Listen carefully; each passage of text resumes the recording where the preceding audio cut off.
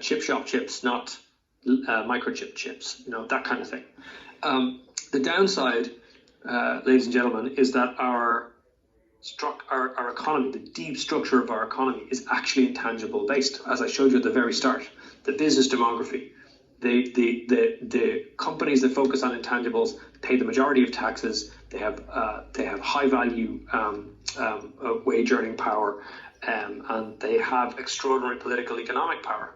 And so a world in which that's not true for us is a world in which we as Ireland Inc. have a major problem. Trade regionalisation post-Brexit, this is something I'm sure everybody on this board has been thinking intensively about for the last 4 or 5 years. However, Brexit only happened very recently. Real Brexit only happened very recently, and we have yet to see a full reallocation of trade networks. We saw it happen very quickly for finance, but it'll be far less likely to adjust quickly for canned goods manufacturers in the Midlands. They'll find it harder to address and adjust to new markets.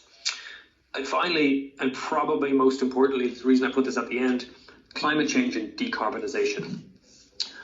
It may well be that these two forces, which have been highlighted in several reports this week and last week, and it's the focus of my current research with some EPA funding and some Horizon 2020 funding, is looking particularly at how we think about an economy that is really resilient and resistant to the changes forced upon us by climate change. The upside of focusing on climate change and decarbonisation is that you have a generation of new value-added domestic companies, which is a very, very good thing. And that forces us to think about where those new value-adding domestic enterprises might be, think about supports that we can put in place to make those climate-friendly companies really, really sing. The other upside is that by providing, if you like, the interface between the macro story, which is that we need to get our climate change targets in line, and the micro story of we need to find some way to translate this from a cost into an investment for the individual business, which is, I guess, where EI's focus should be. It should be on providing that link between the macro and the micro, as I said at the outset. You're going to be forced, I imagine, by government to be, or you may be already, I don't know, being asked, how do you move Irish firms in the direction of international best practice and their mandates?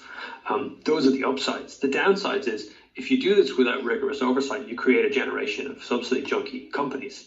You become Argentina and construct a bunch of infant industries. That's a very bad thing. And I'll maybe get to this again at the end, but a very good question for EI is, if you see two companies, A and B, and they're identical except for the fact that company B is carbon negative and company A is carbon positive, do you invest in company A or company B? And do you invest the taxpayers' money? Can you defend that as being part of your mandate? Finally, what does all of this mean for Irish enterprises, and how can EI help them succeed into the future?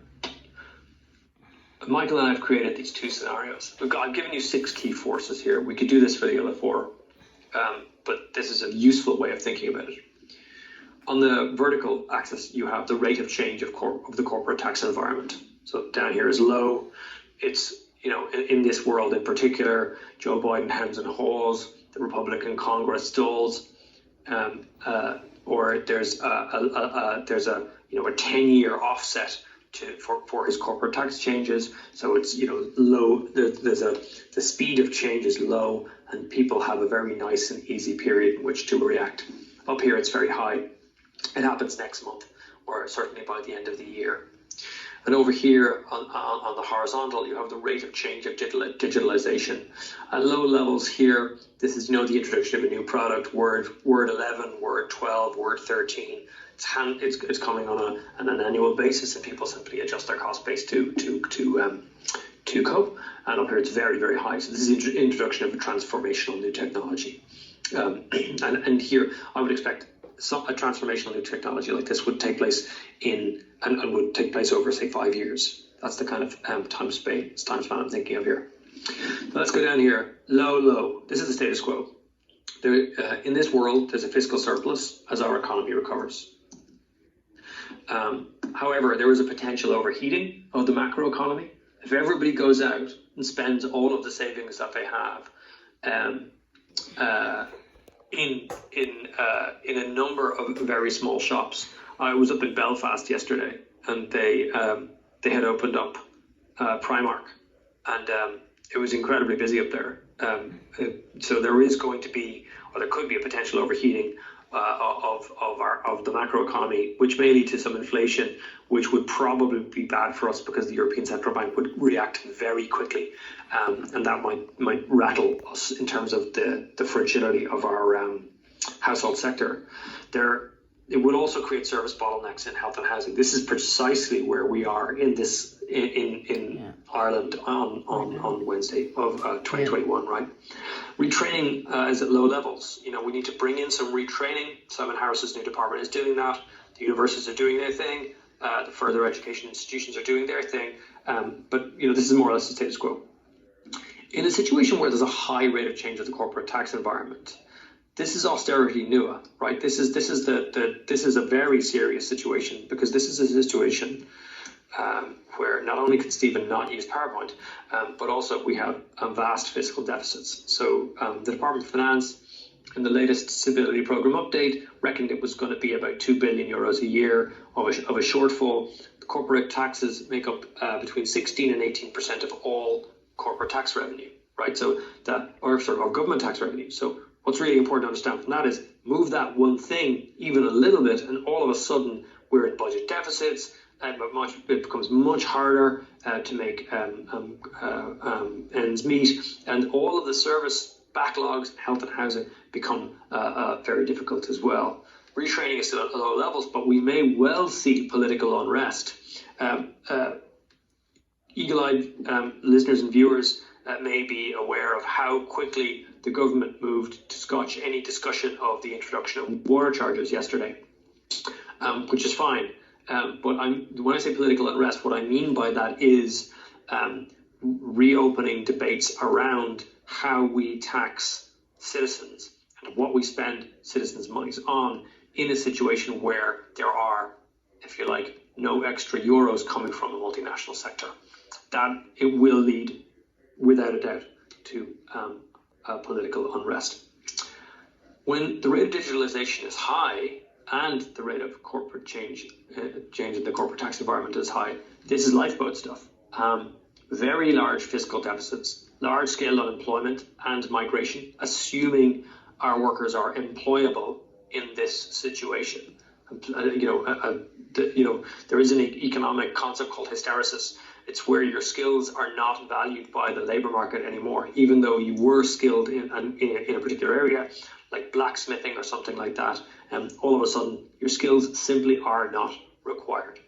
And people have been predicting this for higher education for quite a long time, but it is a feature of modern economies. And when you have large-scale technological change, there is a retraining requirement. It typically hits older and less educated workers, but I would argue that if you like, Ireland is aging at a faster rate. Older and less skilled workers is a larger proportion of the population than most of us think. And again, one of the outputs of this situation would be political unrest.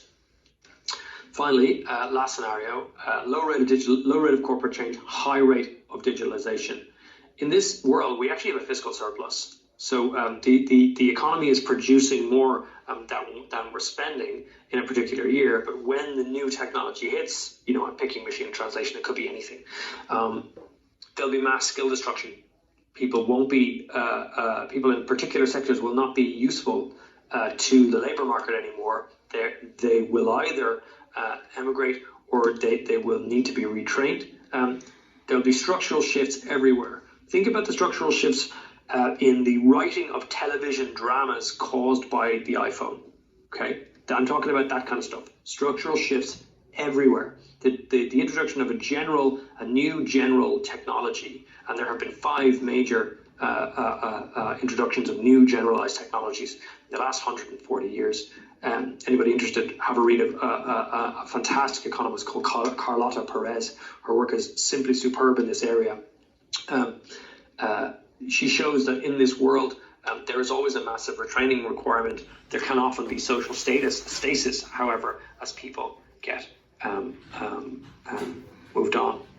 So quickly then, what does this mean for Enterprise Ireland? So what are the key success factors in different industries? The first is the obvious: domestic versus multinationals, the intangible story there.